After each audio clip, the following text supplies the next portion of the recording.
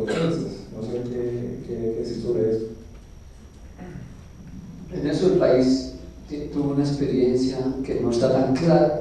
El gobierno de Uribe de 8 años, del 2002 al 2010, según las cifras de ellos, tal vez yo me las ayude a confirmar o rectificar, pero Uribe hablaba de haber reinsertado 53.000 personas, 53.000 criminales, los habría incorporado a la vida civil, y uno se pregunta, luego la guerrilla llegó a tener 53 personas para reincorporarlas. Pues no, eso fue parte como uno de los mitos, de las mentiras, del manejo de la información de Uribe. Yo no creo que se haya llegado nunca a esos 53.000 reinsertados, pero esas son las cifras. Lo que quiero decir es que, teniendo en cuenta esa cifra, yo no sé si los reinsertados de la época de Uribe, paramilitares y guerrilla, que también hubo algunos, podría que llegar a esas cifras no están tan claras, ya hubo pasar de 10.000, 15.000 personas. Hay unas instituciones del gobierno especializadas en tratar de crear espacios de resocialización, con algún éxito parcial, con muchos problemas de reinsertados. De manera que ahí no hay una experiencia tan segura, tan afortunada. Yo no sé qué irá a pasar con esa gente. Alguna vez estuve en Radito, como 15 días, haciendo un trabajo en el periódico, y ahí estando para arriba para abajo me tocaba estar pendiente de esos tipos. Escuchaba una conversación de un criminal, que es un paramilitar, que decía, ¿cómo así yo voy a ir a estudiar panadería al SENA para salir a ganar 800.000 pesos cuando yo me levanto a hacer un día con un fusil, con un arma? Entonces no es fácil pensar en una resocialización entendida como un tipo que está 40 o 30 años dedicado a cargar un fusil, a matar, también es como manera de vivir, a ir a buscar un trabajo. Tal vez concluya con esto. En la Constitución del 91, Navarro, que era constituyente y todavía es un líder importante, hablaba de la necesidad de entregarles unas zonas a los excombatientes donde siempre tuvieron influencia. A ver, por ejemplo, Caquetá. Caquetá ha sido una tierra de nadie, de ellos. Controlan la economía, controlan la autoridad, controlan los hábitos sociales, ponen las multas, son la ley. ¿Qué pasaría si, como está, esto ya comienza a ser especulación, o parte de análisis, si de esas zonas de concentración que van a armar les entregan un territorio con unas responsabilidades, con sus medios de producción y sus autoridades, y ellos allí en esas zonas funcionan, claro, a diferencia de hoy que son clandestinos, podrían estar funcionando a la luz pública, unos experimentos sociales donde las autoridades puedan entrar, donde puedan mirar el manejo de recursos, sus conductas sociales, el manejo de la ley. Probablemente en esas zonas van a llegar algunos de ellos a ella, yo creo, pero todo está por crear ahí. Primero, este es un país que es un país clase media, y en ese orden de ideas es un país que tiene la institucionalidad y los recursos para recibir a 15.000 personas. Porque, por ejemplo, si ustedes se fijan en lo que pasó en otros procesos de paz, eran países prácticamente colapsados, a donde llega una entidad internacional, la ONU, o quien llegue, a ayudarlos a construir la paz. En esos países, por ejemplo, lo que se hizo en Centroamérica fue liquidar las fuerzas militares y la policía y crear unos nuevos cuerpos, donde incluso se integraban los grupos armados que se desmovilizaron. Aquí en Colombia eso no va a pasar, no va a pasar por una primera razón, y es que, a diferencia de lo que ocurrió en Centroamérica, pues la institucionalidad colombiana no está tan deslegitimada como allí ocurrió. Pero la otra cuestión es que, de todos modos, también hay que ver que este país tiene los recursos para asimilar a esa gente, no necesariamente en cuestiones de seguridad.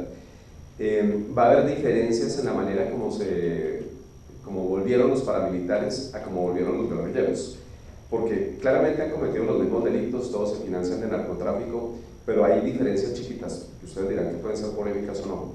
Yo conocí a los jefes de los paramilitares y conocí a los de las FARC, y yo estaba seguro de que los paramilitares tenían el sitio del exilio dorado, la plata por fuera de Colombia. Los jefes de las FARC yo no los veo tanto así, porque esa gente hacía narcotráfico, y son igual de criminales que los otros, pero hacían narcotráfico muy enfocados en la guerra.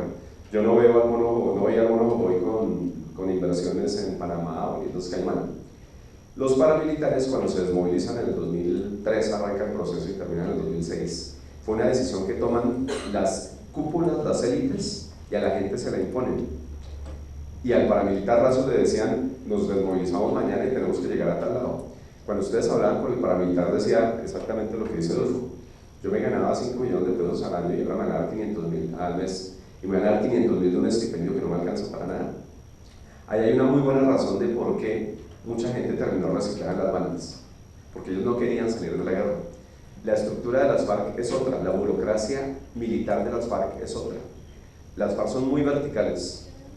Yo no estoy negando que haya narcotraficantes puros, capos como John 40 y una cantidad de gente.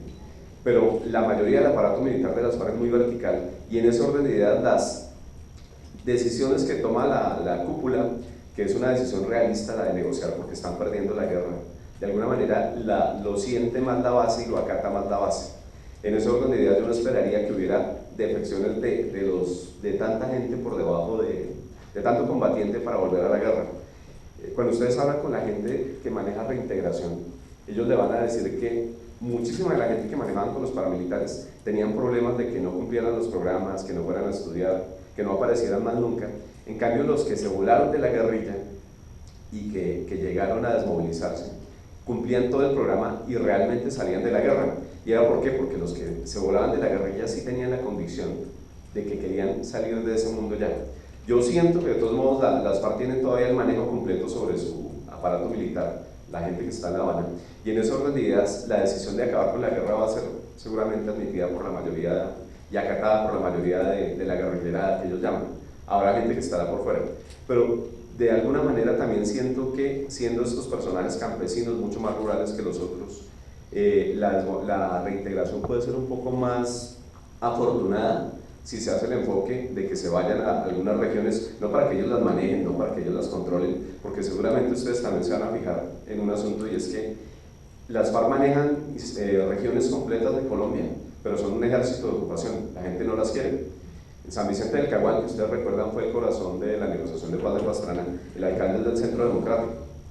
En Guaviare el alcalde el gobernador es del Centro Democrático. Eso lo que refleja es que la gente cuando puede votar sin una presión armada, votan en contra de una opción que no son las FARC. Entonces probablemente el control político no necesariamente lo van a tener. Yo creo que el Estado colombiano tiene cómo asimilarlos y tiene también cómo combatir a la gente que realmente no termine el proceso. Bueno, el último tema antes de seguir con sus preguntas, esperemos que tengan varias preguntas para John y para Adolfo. El tema de justicia es trascendental para el tema del proceso. ¿Ustedes creen que está absolutamente limitado hoy el proceso ante una instancia internacional como la Corte Penal Internacional, que ya hace varios años le abrió expediente a Colombia como en observación? ¿Creen que el modelo está ajustado a lo que la comunidad internacional espera de justicia y reparación y no repetición?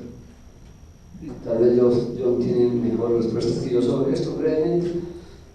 Pues que el concepto de la justicia penal internacional, en síntesis de la Corte Penal, es: yo voy a actuar, yo entro a actuar a un país donde no haya justicia y entro en casos individuales. El señor Pedro Rodríguez cometió un crimen y el proceso no fue justo, hubo impunidad, yo tomo ese caso específico. Pero no hay como tal que la Corte Penal Internacional, la justicia internacional diga: el proceso de paz en Colombia le juega la impunidad y yo acabo el proceso. Esa posibilidad jurídicamente ni políticamente existe. Uno. Dos, en términos de la justicia transicional, el Congreso, digamos, La Habana acordó ya una línea general en lo que puede ser la justicia transicional. Ahí está escrito ya: penas de 2 años, 5 años y 20 años, en la medida en que confiesen o no confiesen. Manejos de prisión muy flexibles. Pero, repito, no va a haber una amenaza de la justicia penal internacional contra el proceso de paz mismo. Yo creo que el gobierno y las claro, o el proceso no tiene mucho espacio para avanzar en ese sentido. No hay, repito, tal vez un riesgo grande que se vislumbre sobre el proceso mismo. Podría haber casos individuales, pero después, posteriormente, aquí el tiempo y la Universidad de Rosario trajimos al vicefiscal de la Corte Penal Internacional a un foro, dejó claras esas cosas. De manera que yo creo que eso avanza sin problemas, pero yo no tiene mejor información.